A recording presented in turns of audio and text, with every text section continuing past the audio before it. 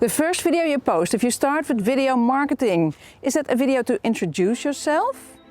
Many business owners think that, but I'm here to tell you, no, that's not the first video you post if you start with video marketing.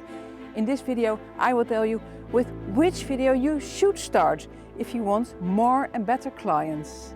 I'm Elisabeth from Top of Mind Video Marketing. In a world full of invisible entrepreneurs, your own smartphone is enough to give yourself a stage right in front of the people that you want to meet the most. So subscribe to this YouTube channel because I will help you get found by your future clients. We all know the drill. Let me start by introducing myself. Well, in a workshop that's already a bit awkward, but on video, if it's your first video, at that moment nobody's really waiting for an introduction. And there's a different kind of video that you can easily make, something you've talked about a lot already. Why not start the easy way if you start making videos for your company? You've already told it many times before. It makes a chance of being found through Google a lot bigger.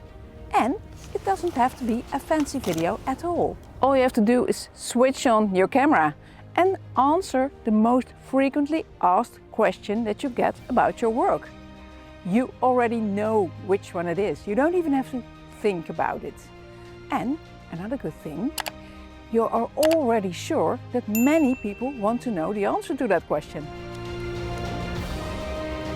On the internet, the rule is show that you are an expert first. Make people see that you are good at your work. So provide some valuable content. And only after that you make your introduction video. Extra good about that is that with every video you make, you get more at ease in front of the camera. So by the time you get to your introduction video, you're completely relaxed. Were you brooding on an introduction video and did you keep postponing it? I can well imagine, but lay away that plan for now and make this video